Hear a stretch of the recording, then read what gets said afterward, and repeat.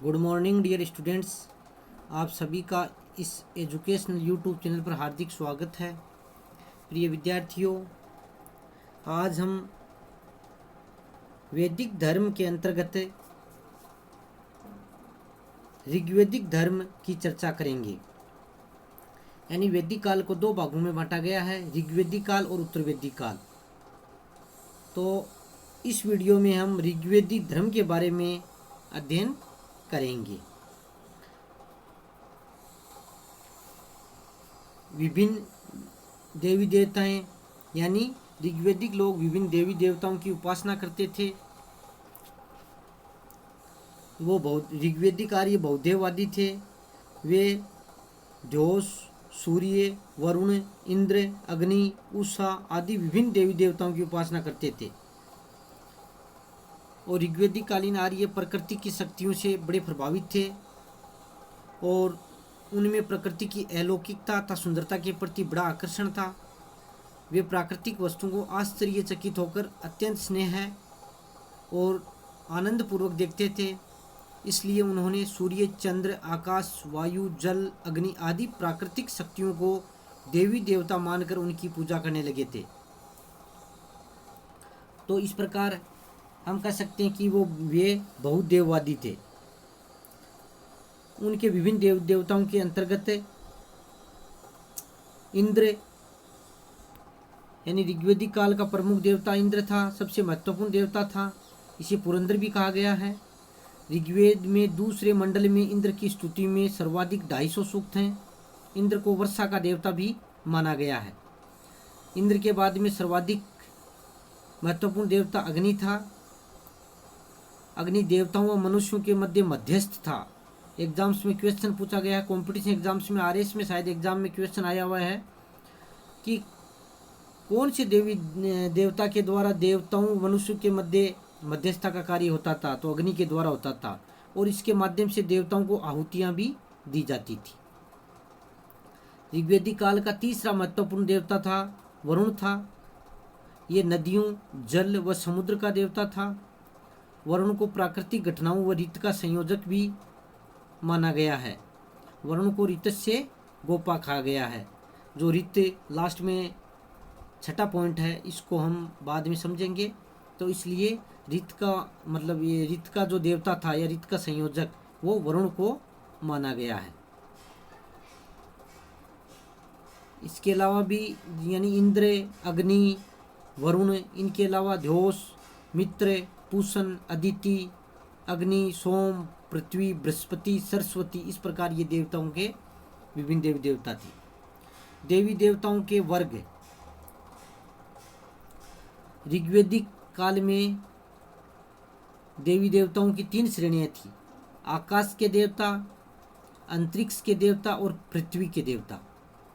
आकाश के देवताओं में सूर्य, वरुण, मित्र, पूषण, अदिति, उषा, अश्विन थे। दूसरा वर्ग है अंतरिक्ष के देवता, इंद्र, रुद्र, मरुत, वायु, पर्जन्य। तीसरा है पृथ्वी के देवता, अग्नि, सोम, पृथ्वी, बृहस्पति, सरस्वती। इस प्रकार ऋग्वेद में कुल 33 देवी देवताओं का उल्लेख है। तो ये देवी देवताओं के 3 वर्ग थे।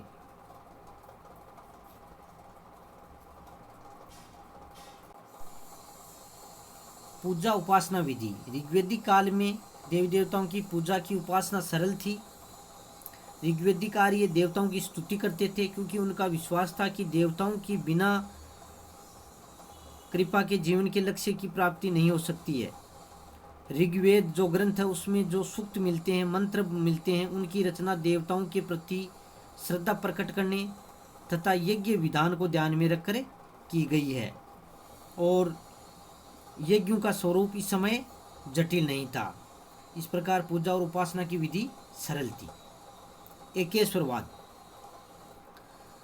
प्रारंभ में ऋग्वैदिक कालीन आर्य बहुदेववादी थे, परंतु बाद में उन्होंने एक सर्वशक्तिमान सत्ता की कल्पना की तथा वे एकेश्वरवाद में विश्वास करने लगे। उन्होंने समझ लिया कि संपूर्ण ब्रह्मांड में एक ही परम सत्ता है, प्रकृति के विभिन्न रूपों के पीछे एक सर्वशक्तिमान सत्ता है जो कि संपूर्ण जगत का सृष्टा है, पालन करता है और संहारक भी है। ऋग्वेद में कहा गया है कि सत्य एक ही है जिसे विद्वान अग्नि, यम और मातृस्व आदि विभिन्न नामों से पुकारते हैं। तो इस प्रकार आर्यों ने एक परम सत्ता की कल्पना की और वे एकेश्वरवाद में विश्वास करते थे। हिनोथिज्म, कई बार कॉम्पिटिशन एग्जाम्स में क्वेश्चन पूछा जाता है, हिनोथिज्म क्या है, यह किसने कहा है। इससे तात्पर्य है कि ऋग्वेदिक ऋषियों ने जिस समय जिस देवता की प्रार्थना की, ऋग्वेदिक ऋषियों ने जिस समय जिस देवता की प्रार्थना की उसे ही सर्वोच्च मानकर उसमें संपूर्ण गुणों का आरोपण कर दिया।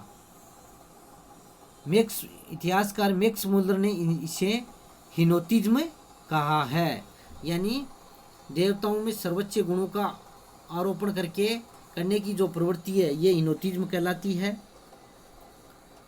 तो ये आपको ध्यान में रखना। रित क्या है, ये कई बार क्वेश्चन आता है, 2 नंबर का क्वेश्चन भी आ सकता है और निबंधात्मक क्वेश्चन में आता है, तो अपने को विस्तार से लिखना ही है ऋग्वेदिक धर्म के अंतर्गत। रित का अर्थ है सत्य तथा अविनाशी सत्ता। प्रकृति या ब्रह्मांड की व्यवस्था, उसके क्रम नियम आदि रित के कारण है। रित नैतिक जगत की व्यवस्था का भी नियामक है। रित के उल्लंघन से ही पाप का उदय होता है। रित का मार्ग ही सदाचार का मार्ग है। वरुण जो देवता था उसको ऋतस्य गोपा कहा गया है।